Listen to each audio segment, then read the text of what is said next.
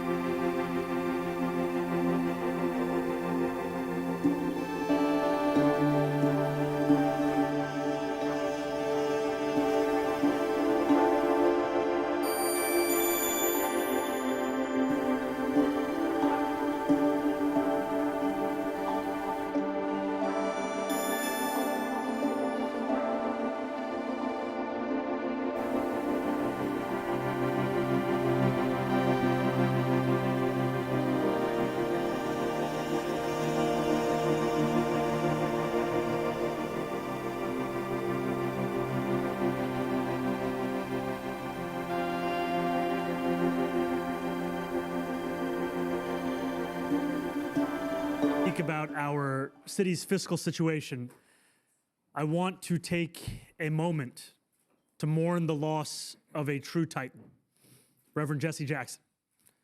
When Reverend Jackson marched, millions followed. When Reverend Jackson organized, laws changed and coalitions formed. When Reverend Jackson spoke, the world listened. Time and again, we knew that hope still lived because Reverend Jesse Jackson kept it alive. I know that I'm joined by millions of New Yorkers in sending my deepest condolences to his wife and to their children. Now, I want to turn to today's budget presentation. As I share our preliminary budget for the upcoming fiscal year, I want to be clear about the moment we are in and the two paths that lie before us. As the mayor of New York City, I have a legal obligation to balance the budget. I will meet that obligation. This administration will govern with the seriousness, responsibility, and accountability that has too long been absent from City Hall. When we took office, we inherited a historic budget gap.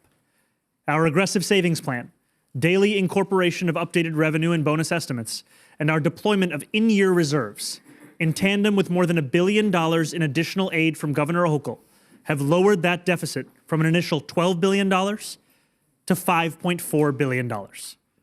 While considerably less, it is still a significant chasm. I know that for those who have watched budget after budget, it is tempting to assume that we are engaging in the same dance as our predecessors. Let me assure you, nothing about this is typical. That's why our solutions won't be either. There are two paths to bridge this gap. The first is the most sustainable and the fairest path. This is the path of ending the drain on our city and raising taxes on the richest New Yorkers and the most profitable corporations. The onus for resolving this crisis should not be placed on the backs of working and middle-class New Yorkers. If we do not fix this structural imbalance and do not heed the calls of New Yorkers to raise taxes on the wealthy, this crisis will not disappear. It will simply return, year after year, forcing harder and harsher choices each time. And if we do not go down the first path, the city will be forced down a second, more harmful path.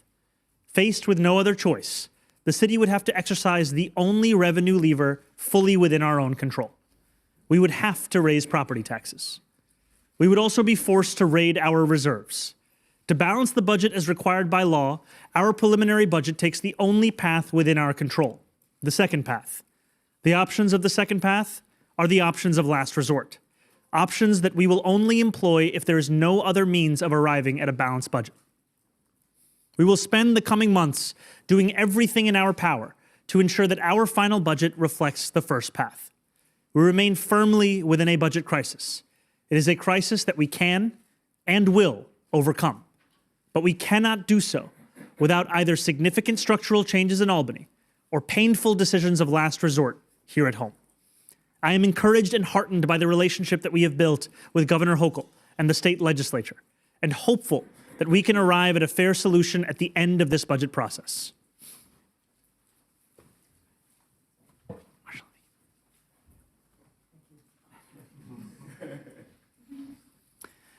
Now, let's walk through what we inherited, what we have done so far, and what lies ahead. We begin with the budget crisis we inherited. This crisis did not materialize overnight. It originated with Mayor Adams' 2025 November plan. The city's budget at the time was $118.2 billion. That plan projected a $4.7 billion gap in fiscal year 2027 and a $6.3 billion gap over fiscal years 2028 and 2029. We now know that those gaps were significantly understated. To understand the magnitude of what we inherited, the deficit left to us was larger than the gaps left by both Mayor Bloomberg and Mayor de Blasio to their successors. And that's even before accounting for enormous under-budgeted needs by the prior administration. Adams' November plan left the city with a $12 billion budget gap. When we took office, our team scrutinized every facet of city spending. What we found was in line with what former City Controller Lander found on December 16th, what State Controller DiNapoli found on December 22nd, and what City Controller Levine affirmed on January 16th. The $12 billion budget deficit confronting our city was historically vast. After incorporating $4 billion in revenue above what the November plan had assessed, and after taking standard budget actions, our administration found that our city's deficit was in line with the controller's projections. Today, as we lay out our preliminary budget, every decision we have made has been informed by this context and the challenges we inherited. This was a historic deficit, larger even than those faced during the Great Recession. Much of this gap came in the form of significant under-budgeting for major expenses. The prior administration ignored projections that estimated costs would rise. Across 6 foundational city services, like cash assistance, rental assistance, and shelter costs, more than $7.5 billion were left unaccounted for. The consequence was an enormous deficit within our budget. Beyond those 6 areas, there are additional major unfunded needs. The city must fulfill more than $6.6 billion in additional unfunded needs and state mandates, the most sizable of which are detailed on the screen. While we had no say over the budget crisis we inherited, we have taken a number of steps to address expenses and are monitoring our revenues daily to tackle the gap. In January, in this very room, I promised we would continue to incorporate up-to-date Wall Street revenues into our budget. That is exactly what we have done. Part of our ability to shrink the gap has come from incorporating higher than expected revenues from Wall Street. Wall Street profits are at a record high, surpassing any projections and allowing us to incorporate more revenue than anyone anticipated.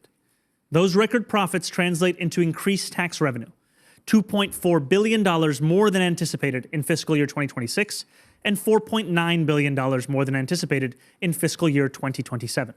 That's on top of revenue already added in the November plan. We are being as aggressive as we can in recognizing additional revenue and have surpassed the state in our estimates of personal income tax, corporate tax, and sales tax. But responsible governance is not only about revenue. It is also about discipline. That means finding savings across city government, reducing bureaucratic waste, and rendering agencies more efficient and cost-effective. That is why I signed an executive order establishing a chief savings officer in every city agency. Chief savings officers, or CSOs, have a simple remit: identifying savings within the agencies they serve. They will consolidate redundancies, in-source programs that have been outsourced to bloated consultant contracts, and eliminate extraneous programs. Each CSO will issue a public report by March 20th, detailing the savings they have found and provide updated assessments every 6 months. These CSOs will have clear goals: 1.5% in savings in fiscal year 2026 and 2.5% in fiscal year 2027.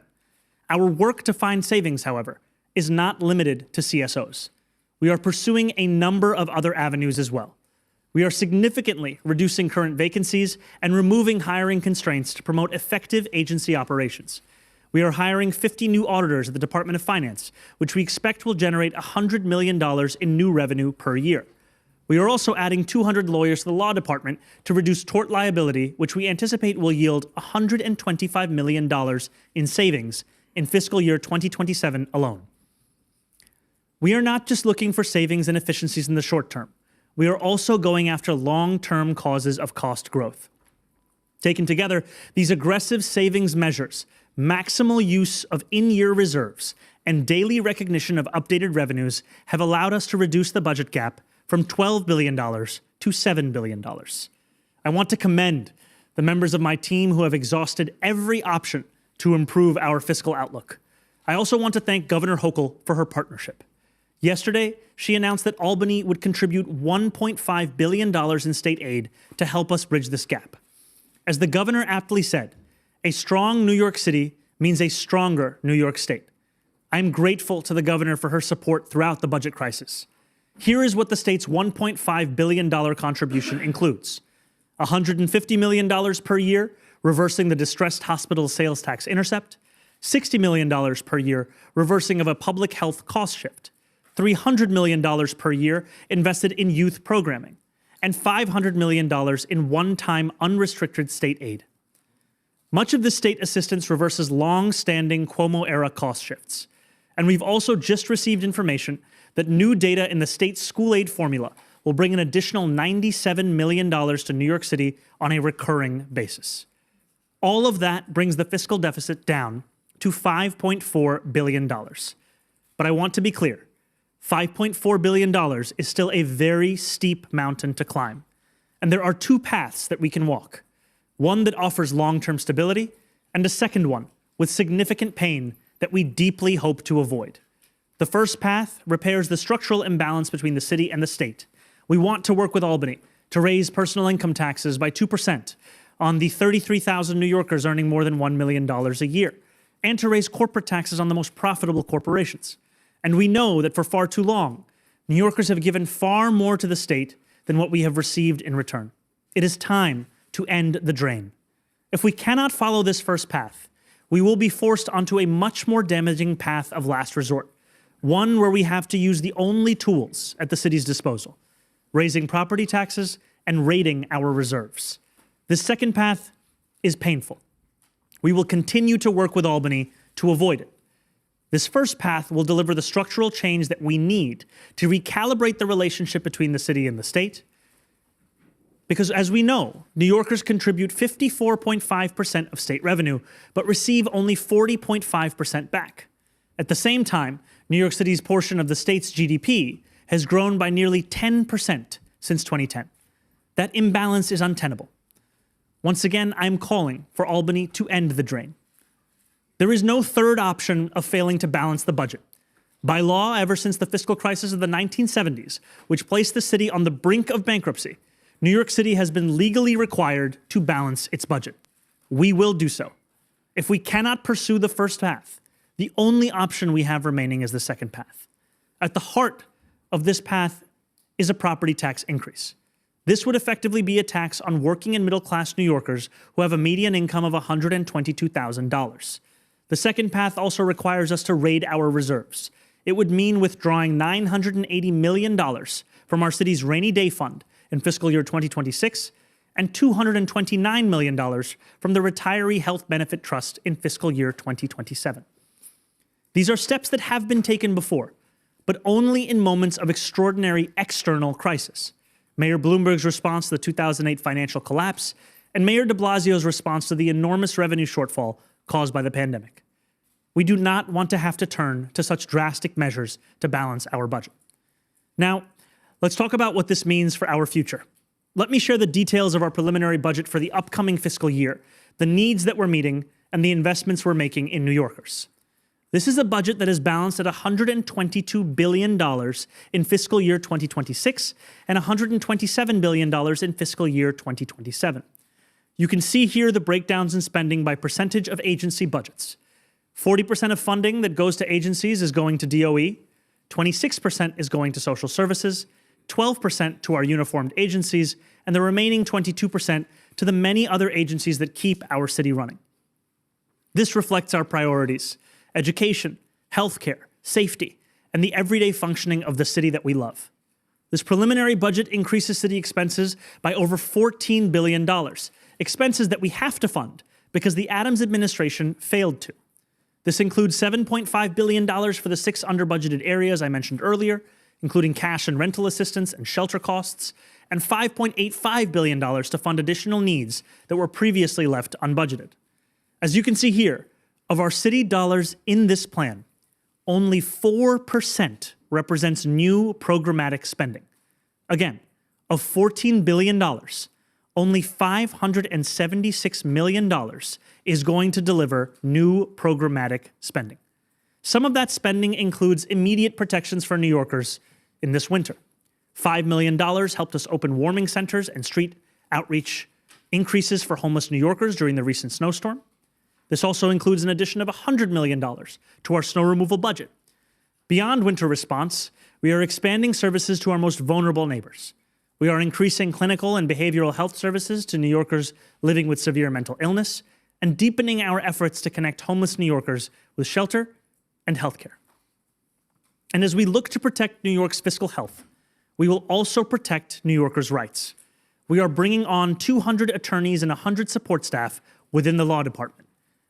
And we are more than tripling baseline funding for HRA's Community Food Connection Emergency Food Program, adding $54 million in fiscal year 2027 and onwards so that we meet the needs of New Yorkers in crisis. Let's close with the long-term investments that we are making in our capital plan to deliver a healthy, vibrant, safe city for New Yorkers. We are showing you here the city's $113 billion preliminary 5-year capital plan. Those investments span transportation, environmental protection, housing, schools, and other core priorities, the physical foundation of a thriving city. This capital plan also makes major investments in NYCHA developments, including $662 million in fiscal year 2027 to boost renovations, and over $38 million specifically to install heat pumps in more than 700 housing units in the Rockaways. We will also invest over $48 million in the expansion of the Adult Comprehensive Psychiatric Emergency Program at Bellevue Hospital. This is a critical need that will make an enormous difference in the lives of 2,500 additional New Yorkers each year. To conclude, here is our preliminary budget as it stands. It reflects the second path that the city is forced to go down, because today it is the only path fully within our control. But let me repeat what I have said many times this morning. This is the preliminary budget. We will do everything in our power to budget reflects the first path, a path that ends the drain and asks the wealthiest among us and the most profitable corporations to contribute that little bit more so that working New Yorkers do not bear the burden of this financial crisis. Now I will go through our financial plan. As you can see here at the top, this is the November 2025 financial plan released by the Adams administration that projected a balance of fiscal year 2026 and then the out-year gaps of more than $6 billion with a gap of $4.6 billion in the fiscal year 2027. Here we see tax revenues, $2.4 billion, $4.1 billion fiscal year 2027, and then we have the out years. We can see here of the state action, the fiscal impact of the decoupling from federal legislation will yield $723 million in additional revenue starting in the next fiscal year. Here is part of the $1.5 billion that I was referring to earlier from the state. This is the sales tax distressed hospital intercept. Here is the impact from state tax programs that we support but also have a fiscal impact on the city, taking $3 million in revenue this year, $64 million the next year. This is the one-time unrestricted state aid that I was referring to earlier, $500 million. Here are the non-tax revenues. These are effectively fines, fees that are collected by the city, $56 million this year, $25 million the next year. This reflects the second path that we are forced to take within this preliminary budget, which showcases an increase in property taxes, yielding $3.7 billion in the next fiscal year. All of that leaves us with the total revenue changes of more than $3 billion in fiscal year 26, more than $8.6 billion in fiscal year 2027. Then if we go into the expense changes, we see by finally acknowledging the under-budgeted agency needs, we see a $6.6 billion change in this fiscal year, $7.4 billion in fiscal year 2027. This is a cost that the city has paid in recent years, but not reflected on its budget. We are bringing that to be clear with New Yorkers as to the money that we are spending as the city, $911 million in fiscal year 26 for the Health Stabilization Fund, $1.144 billion in the next fiscal year. These are the savings that we anticipate from the NYC PPO health savings, $411 million this year, $791 million next year through the renegotiation of city healthcare plans. Then here is part of the 1.5 that I was referring to earlier. This is the reversal of Article 6, the provision of youth programming and school aid. $360 million in fiscal year 2026, increases to $457 in the next fiscal year because of the addition of the $97 million in additional school aid. These are the costs of pension. We have $16 million this year, savings of $99 next year. Then we have debt service savings of $40 million this year, spending of $40 million the next year. Then we have the general reserve, 1.150 in fiscal year 2026, 1.1 billion in fiscal year 2027, leaving the required amount within that reserve. This is the rating of the reserves that I was referring to earlier that we are forced to do in the second path. That's $229 million from the Retiree Health Benefits Trust Reserve. However, I will also show that in fiscal year 2028, we then return that funding back into both the Retiree Health Benefits Trust Reserve as well as the Rainy Day Fund, because we are seeking to put our city on firm financial footing. Rainy Day Fund, a withdrawal of $980 million in fiscal year 2026, Then we see the Capital Stabilization Fund, $250 million in both fiscal years. Labor reserve savings, $150 million here, $400 million in the next. These are the savings I was speaking about of 1.5% in this fiscal year, 2.5% in the next projected agency savings with the CSOs. This is an adjustment for OTPS inflation of $56 million in 2027 fiscal year. This is a reestimate of prior year expenses and receivables. All of that leaves us with expense changes of nearing $3 billion in fiscal year 2026, more than $4 billion in 2027, and then we go into the out years. Then, as you can see, as a result of these approaches, it is a balanced budget in fiscal year 2026, a balanced budget in fiscal year 2027 as required by law, and then out year gaps here from 28 to 30. And I'll just go through the next slide as well.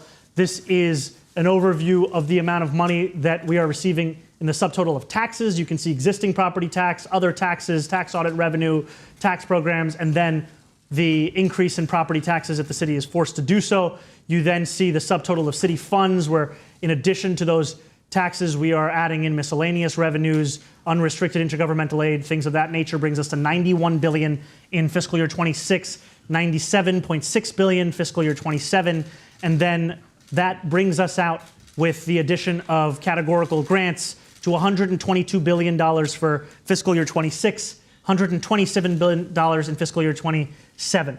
Then if we look at expenditures, we're seeing personal service. We're seeing that come out to about $61.4 billion in fiscal year 26, $62.9 fiscal year 27. And then other than personal service, we see the subtotal of about $59.2 billion this fiscal year, $56.5 in the next fiscal year. All of those things added together with addition to the reserves as well, we find the total expenditures of $122.3 billion for this fiscal year, $127 billion for the next fiscal year. The gap to be closed in 26 is 0, in 27 is 0 as required by law, and then the gaps in the out years.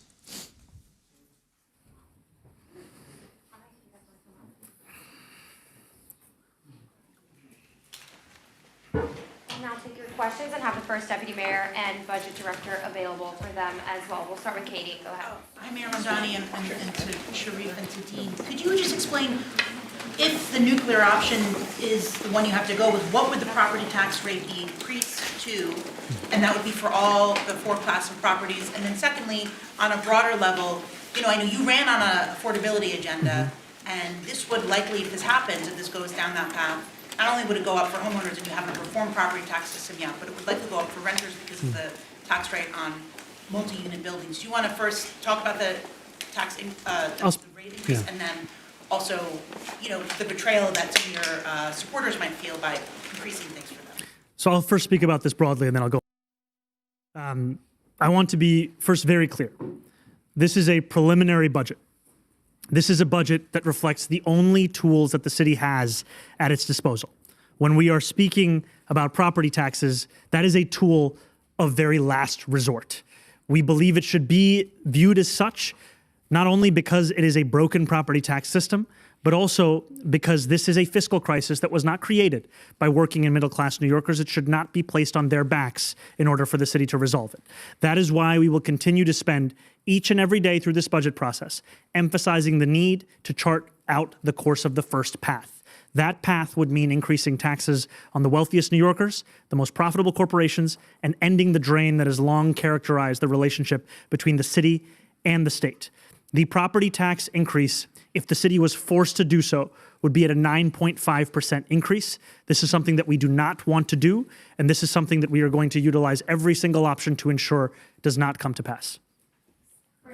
So, Mayor, do you then blame Governor Kathy Hochul for refusing to do a tax hike, and both on the wealthy and on corporations? And just yesterday, she gave you $1.5 billion additional dollars, but is it not enough? Will New Yorkers suffer at the expense of a governor who doesn't want to also be criticized during an election year? I am encouraged by the partnership that we have been building with Governor Hochul, and I'm thankful for yesterday's announcement of 1.5, and now what we see translates into $1.6 billion in additional state aid. And I'm also very clear-eyed about the fact that we need to put the city back on firm financial footing. This is the beginning of both the city and the state budget process, and that the most sustainable and fairest means by which we can do so is by raising taxes on the wealthiest, the most profitable corporations, and ending the drain that has long characterized the relationship between the city and the state. Can you blame her if she doesn't agree to that? I think what we are seeing right now is what the fiscal deficit is that the city is facing, $5.4 billion. And we are now going to use every single tool at our disposal to ensure that this is a fiscal crisis not resolved on the backs of working and middle-class New Yorkers. It looks like there's a second part to this path number one, not just obviously the property, or not just the income and corporate tax, but also ending the drain by fixing the imbalance. Is there a specific number that you're looking for in additional state funding that is part of that path number one?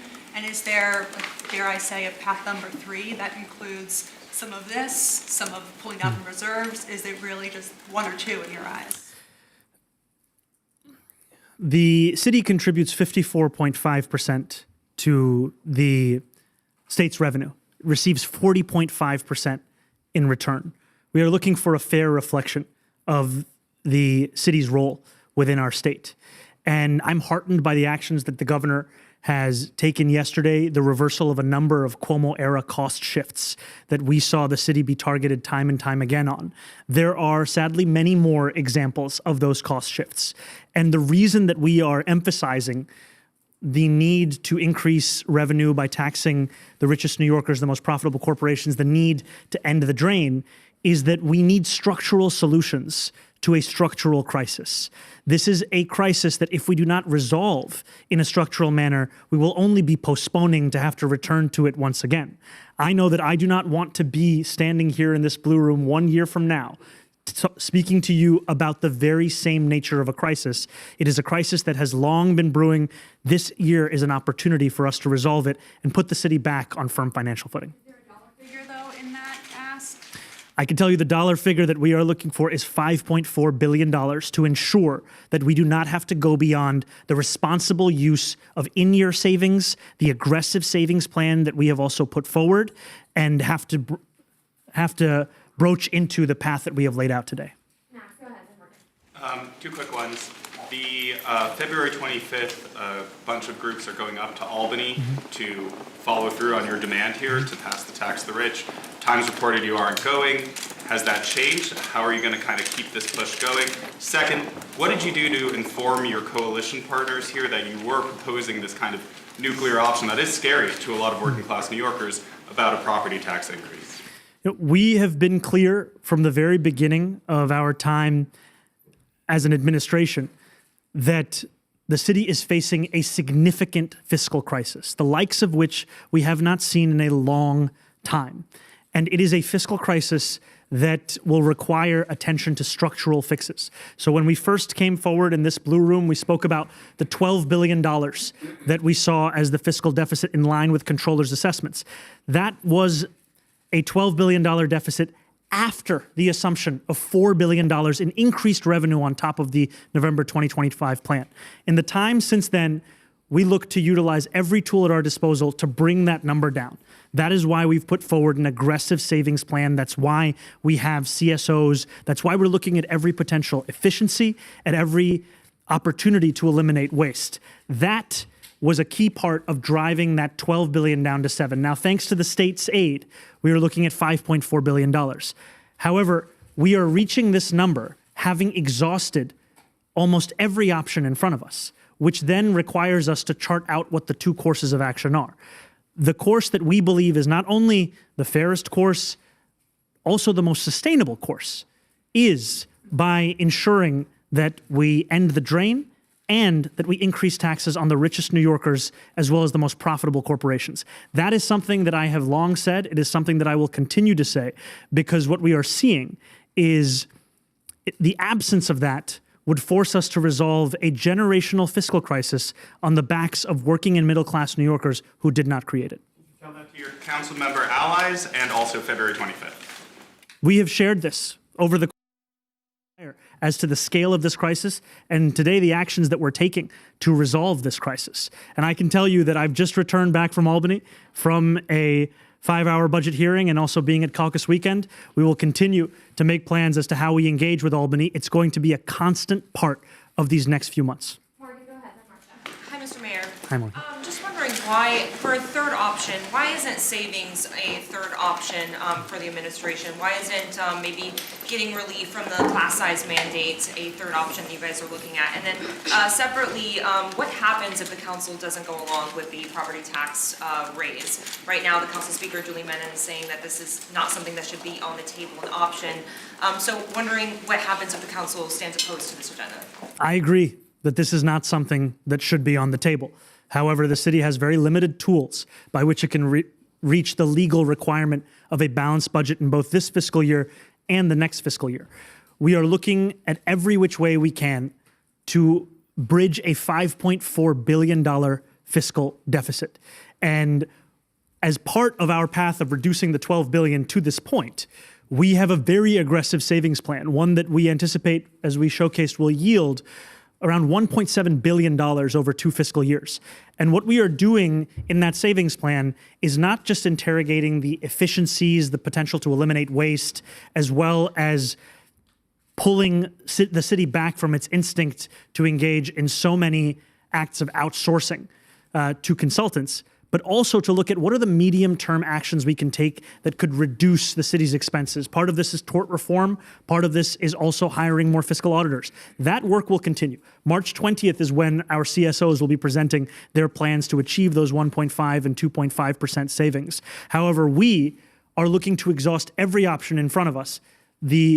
What we have to share with New Yorkers directly is that is how we got to $5.4 billion. If we find additional savings, we will absolutely use them. However, responsibly, I cannot tell New Yorkers that that is the likelihood over these next few months. Instead, what we have to do is ensure that we do not balance this budget on the backs of working and middle-class New Yorkers. Mr. Mayor, this is an election year for Governor Hochul and the legislature. We already have a situation where the governor said, I don't want to raise taxes on millionaires. And this morning she said she doesn't support property tax hikes.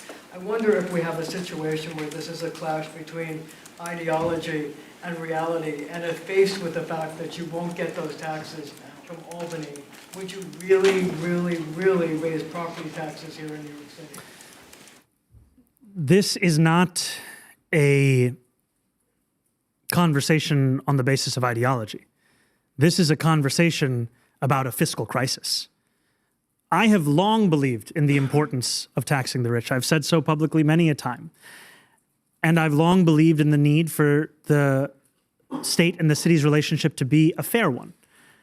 What we are speaking about in this moment, however, is not just that long-standing belief, the long-standing issues that have characterized that relationship, but a generational fiscal crisis of $5.4 billion.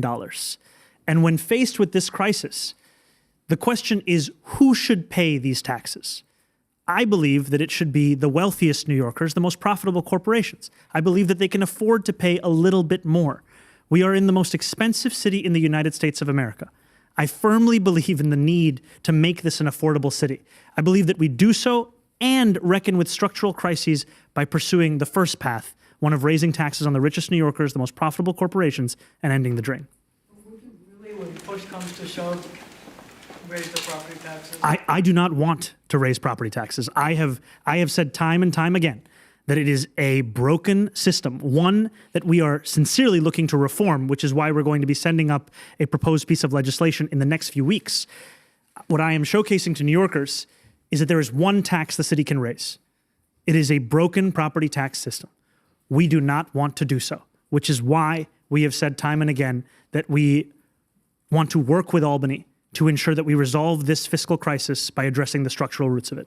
Thank you, Marcia. Is there, as you're considering structural problems, are the chief savings officers or city budget officials looking at any potential structural problems within some of the cost drivers that are driving up the spending? Like, I know there's been a bunch of criticism of the Carter cases, and who it goes to, and rental assistance payments going to landlords who've already been critical of. Are you looking to propose any changes in some of the legislation that is actually pushing the costs up? We are taking a firm look at every single part of our city's budget. And that includes not only interrogating the immediate causes of this deficit, but also the medium and long-term structural issues that the city is facing. I'm going to pass it over to my budget director to add to that. Sure, and the short answer is yes. I mean, you mentioned the due process cases. It really stems from federal law and also state regulation, but we're looking at that. We're also making investments in more special education programs for the Department of Education that would obviate the need to have the Carter cases in the first place. So we're looking at that. The mayor mentioned tort reform. We're looking at that to reduce the amount of judgments and claims. So the short answer is yes, we're exploring every opportunity. All right, Nick, go ahead, then Sally. Hi, could you explain how the property tax increase would dovetail with the property tax reform plan that you are saying you want to submit to Albany in the next few weeks? Would, if that were to pass, would that mitigate any of the, what you said would be a severe impact on middle class and working class homeowners? And just quickly, I also wanted to ask about, you said the vacancy reductions you're pursuing in this plan. Is there any risk of that affecting services and exacerbating short staffing, which you've said is a huge issue? So I'll start with the second question, then I'll go to the first. We are eliminating the 2-for-1 rule that agencies have been subject to for prior years. We are allocating funding such that agencies can hire 50% of the vacancies that have been longstanding in city government. And this is actually a part of our commitment to ensure that we're delivering the best possible city government to New Yorkers, because what these rules and the inability of these agencies to hire for these vacant positions have done is ground government to a halt. And we are looking to make the most efficient and excellent city government possible. And this will be a part and parcel of the approach that we're pursuing. Your other question? Yes. We are going to deliver a bill to Albany. It is not a hope. It is a commitment. We are going to do so in the next few weeks. This has been part of a long-standing belief, not only of mine, but of many New Yorkers, that the current property tax system is a broken system. That is a belief separate from the preliminary budget. We are not looking to raise property taxes. We are not looking to reform the system only to then use the system in this fiscal year. We believe the system has to be reformed, and we believe that the way to bridge this fiscal gap is by increasing taxes on the wealthiest and the most profitable, and by ending the drain. And I will also just add, before we go to the next question, that this is the preliminary budget. We will obviously have an executive budget, and then we will have an adopted budget. We are showcasing the tools at our disposal that we can use to reach the legal requirement of a balanced budget. Over the next few months, we will use every single day to ensure that we are building an adopted budget that reflects our desire for this to be a budget that not only reckons with the fiscal crisis that New Yorkers are facing, but also doesn't resolve it on the backs of working and middle-class New Yorkers. Mayor, I had two questions also. One of the ways you're balancing the budget, as you've said, is to pretty significantly draw down these reserves. They're generally intended for even more dire times than this one, perhaps, like a recession. I'm just wondering if this, I know this is just your first offer and there's a negotiation coming, but how committed are you to drawing down the reserves as substantially as you have in this? And my second question is, when do your labor negotiations start, and have you budgeted any kind of placeholder for that? So I'll start with the first question. If we can actually bring the slide back to this, exactly, right here.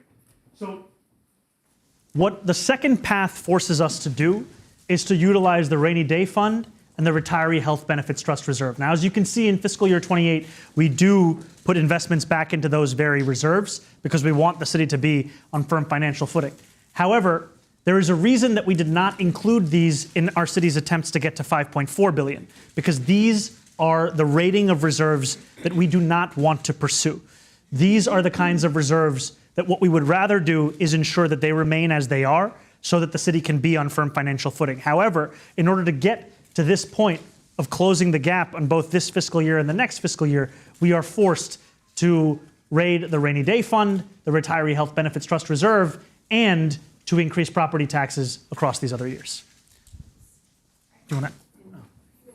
Oh, on the labor. Sure. Labor negotiations are ongoing. They never really end. There are a few contracts that were never settled in the last administration, like EMTs. Most of the labor contracts, though, don't start to sunset until the summer.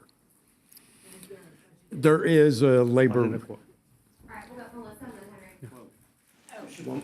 One moment, Melissa. We'll just finish that. 1.25% is in the labor reserve. If you were to have your property tax reform pass through Albany, would ultimately we end up with a system that does what you're hoping for the state to do, which is for the wealthier property owners to be paying more? And would that, in your view, potentially mitigate the problem of it falling on working class people? And then, in addition to that, how can you say that raising property taxes is necessary if your chief officers, your savings officers have not yet completed the process of looking through these various agencies? So in this same budget, and we can go back to this budget. So what you will find is the agency savings, $710 million in this fiscal year, $1.06 billion in the next fiscal year. The reason that I point to these is that while the CSOs have not yet returned with their analysis and assessments of their individual agencies, these are the savings goals that we are putting to them. 1.5% in this year, 2.5% in next year. And so these are the most aggressive savings that we can pursue without inhibiting the functioning of city government. We have seen in prior years what is required of city government when you are putting together 3%, 5%, things of that nature. What we are talking about is eliminating inefficiencies and waste and ensuring that we're still a fully functioning city government. And then to your earlier question on real property tax, before I pass it over to our budget director, we need to reform the real property tax system, and that has been something that's been understood in our city for years prior to this budget crisis. It's a system that is unfair. It's a system that is inequitable. It's a system that can barely stand up in court. And so the reforms that we are going to put forward, the piece of legislation, it builds on the work that has been done over many years. So I don't know, Sharif, if you can add to this. So to add to what the mayor said, the property tax reform legislation will be modeled on the recommendations of the New York City Advisory Commission on Property Tax Reform, which really advances structural changes to the property tax system that makes it inequitable in the first place. One of the things that we would be looking at is the elimination of the assessed value caps that create sort of the inequities in the first place by having effective tax rates for homeowners and Staten Island homeowners in Southwest Brooklyn, homeowners in Canarsie and Southeast Queens, higher than you would find in many cases in other parts of the city, for example. To your question about co-ops and condos, one of the reforms is to use sales-based models to be able to value the property so that effective tax rates can be more in line with condos, for example, that are in the many tens of millions. So it creates the structural reform to create more equity throughout the system based on property value. Thank you. Henry, go ahead, and then we'll go to Josie. Hi, Mayor. First on police and then on big picture. I see in the budget you brought the police number down to roughly 35,000. You promised this during the campaign, saw it in the budget. I'm wondering what the overtime number is next year and in the out years. And then zooming out, big picture here. I think you ran a campaign that you could best describe as sort of like joy for working class people, for affordability. There's not a lot of joy in this room right now. We're not talking about free buses, we're talking about dipping into the rainy day fund. We're not talking about taxing millionaires, we're talking about taxing working class people. Well, I am talking about taxing millionaires, but yes. But not in... No, I think to your question, what we are speaking about today, what we are presenting on, is what we have inherited. We have to engage with honesty, transparency, and directness with New Yorkers as to the fiscal health of the city that we have inherited over these last few months and then the years prior. And our agenda is not simply one to protect the city services that we already provide. It's to advance an agenda that makes it easier for working class people to live in this city. Because as we all know, this is both the wealthiest city in the wealthiest country in the history of the world, and it's a city where 1 in 4 New Yorkers are living in poverty. And so what we are looking to do is put our city back on a firm financial footing that also allows us to tackle the affordability crisis. And we know that part of this crisis has been fomented by the inability of government to meet the moment. We've spoken about this briefly with regards to the vacancies that have been kept year over year. We want to deliver the most excellent city government so that we can transform the most expensive city in the United States of America into one that every New Yorker can afford. And that is precisely why I have been emphasizing the need for structural solutions to a structural crisis. Because what we do not want to do is engage in an annual budget dance where the city is trapped in annual deficits that it needs every single year one-time assistance with. What we need to do is reckon with the structural nature of this and put ourselves back on the kind of footing that allows us to advance an agenda. Police questions. I mean, the projected Yes. overtime, which you promised to slash. So what we have shown in this budget is an actual accounting of the cost that the city is paying for.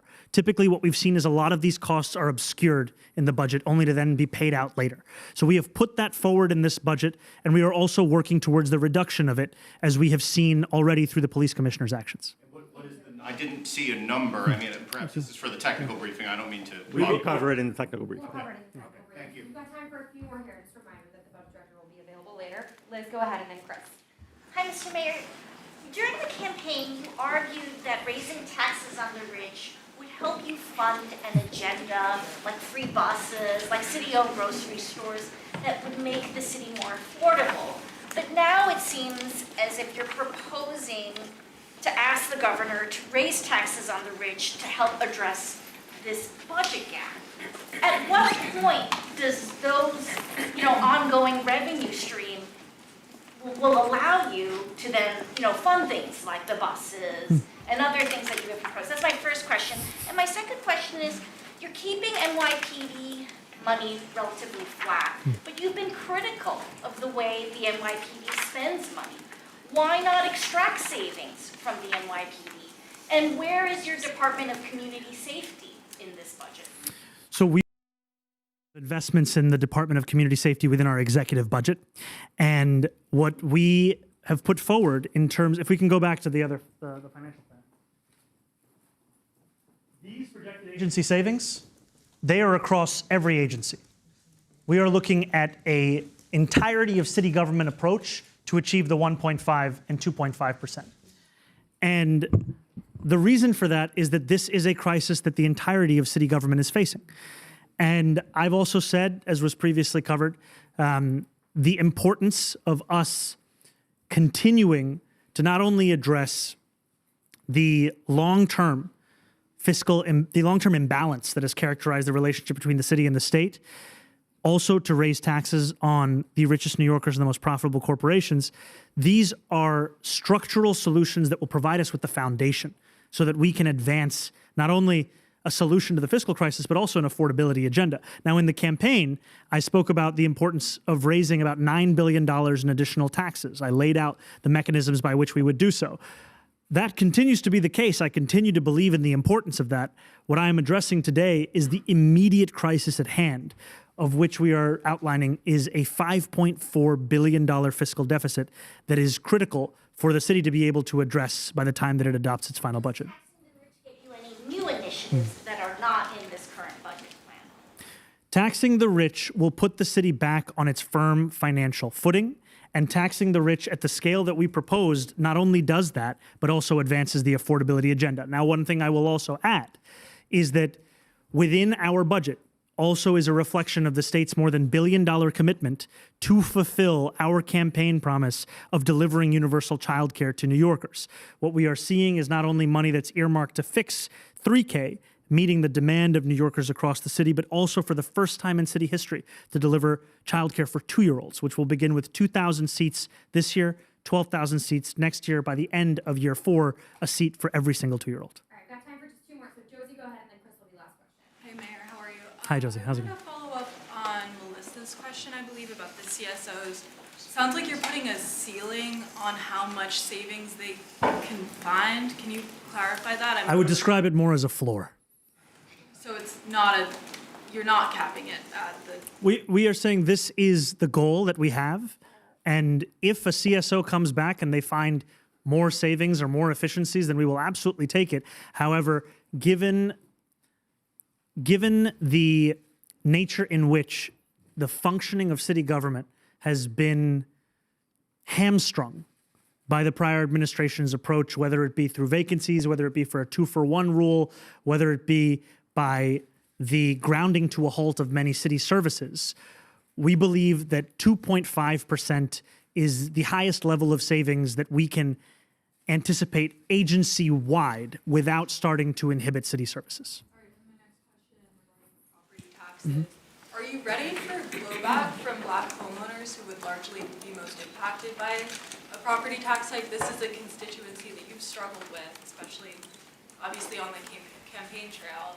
And today's announcement is likely to irk them, let alone if property taxes actually, or higher property taxes actually come to be.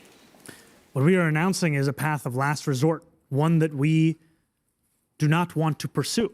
And I join in anyone across the city who is concerned by the prospect of raising property taxes, because I do not believe that it is either the most sustainable or the fairest way to resolve this fiscal deficit. And I will be spending each and every day of this budget process looking to ensure that our final budget reflects the first path that we have put forward today. Thanks. Last question before we go to technical briefing in a bit. Chris, go ahead.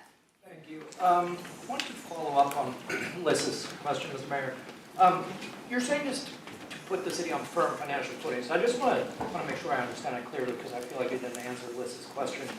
Are you saying that this year's budget, the FY27 budget, will not really be able to make good on your affordability agenda? Is this just a plan to stabilize the picture, and that the promises will be acted on later on? We showed on day 8 of our administration our ability to deliver on the largest promise within our campaign, which was to deliver universal childcare to New Yorkers. That is a commitment in tandem with the governor to not only fix childcare for 3-year-olds, 3K, with more than $100 million earmarked for that, but also to deliver for the first time in city history, childcare for 2-year-olds for free from city government. 2,000 seats this year, 12,000 seats by the end of next year, until we get to every single 2-year-old by the end of year 4. We also continue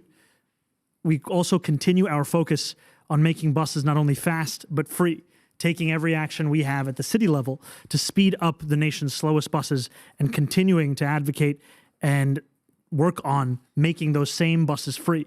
This budget that we have put forward, it is a budget that both looks to reckon with the kind of a fiscal crisis that we have not seen in this city in years, and is also a budget that does not lose sight of the fact that this city as it is today is one that is far too expensive for working class New Yorkers, and utilizing every tool that we have to advance an agenda to make it easier for them to keep calling the city their home. Just to follow up on police department too. It's in there that you're actually increasing spending for the police department by $600 million.